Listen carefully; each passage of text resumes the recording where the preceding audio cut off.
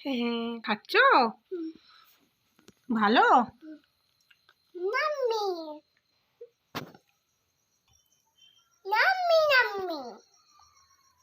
পড়ে যাবে।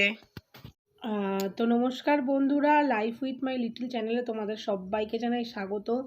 আমি এর আগেও কয়েকটা ভিডিও ছেড়েছি আমার ইউটিউব চ্যানেল থেকে। তো আমি তোমাদেরকে আজকে একটা রেসিপি শেয়ার করতে চাই, সেটা বাচ্চাদের। অনেক সময় আমরা দেখি যে বাচ্চারা কখনোই দুধ শুধু দুধ খেতে চায় না। তো আমরা অনেক কষ্ট করি, যারা আমরা নতুন মা হয়েছি বা যাদের বাচ্চা আন্ডার 2 বছরের পরে, তারা আমরা সবাই জানি যে বাচ্চাদের এই সময়টা খাওয়া নিয়ে কত প্রবলেম আছে। তো আমরা চেষ্টা করি ডিফারেন্ট কিছু ওদেরকে বানিয়ে তৈরি করে খাওয়ানোর, বাট তাতেও আমরা সফল হই না। আমি এটাও বলছি না যে আমার এই রেসিপিটাতে এটাই ওরা খাবে, কিন্তু কিছু সময় আমরা সেটা ডিফারেন্ট করে খাওয়াতেই পারি ওদেরকে, মানে কিছু চেষ্টা করতে পারি আমরা। যেমন অনেকগুলো অপশনাল খাবার আছে, যেমন দুধ সুজি।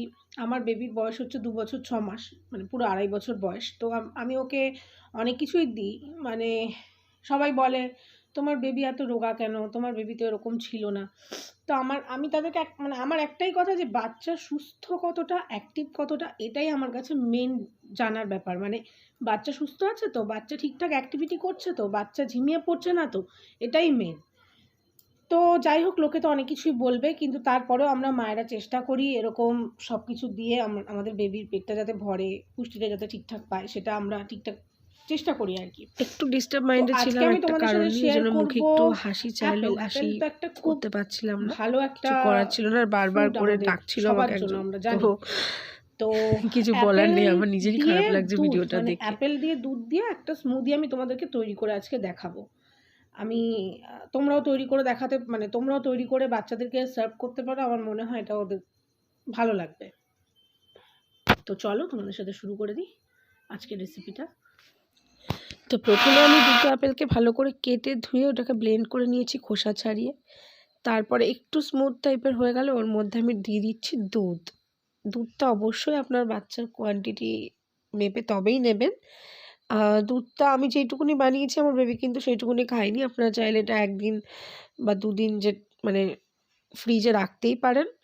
আমি চেষ্টা করি সবসময় ওকে ফ্রেশ কিছু বানিয়ে দেওয়ার, বাট যেটা হয় একা মা, একা হাতে সবটাই করা, রান্নাবান্না, ঘর সামলানো সবটাই। তো ও কিন্তু এটা পুরোটা খায়নি, বাট চেষ্টা করেছি। 1 গ্লাস হয়ে গেল আমাদের অ্যাপেল মিল্কশেক।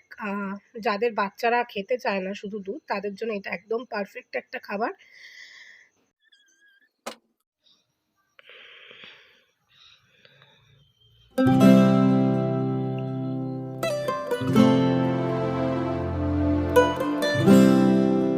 তো আমার এই ভিডিওটা আপনাদের ভালো লেগে থাকলে অবশ্যই আমার পাশে থাকবেন, লাইক, কমেন্ট, সাবস্ক্রাইব করে দেবেন। Thank you so much.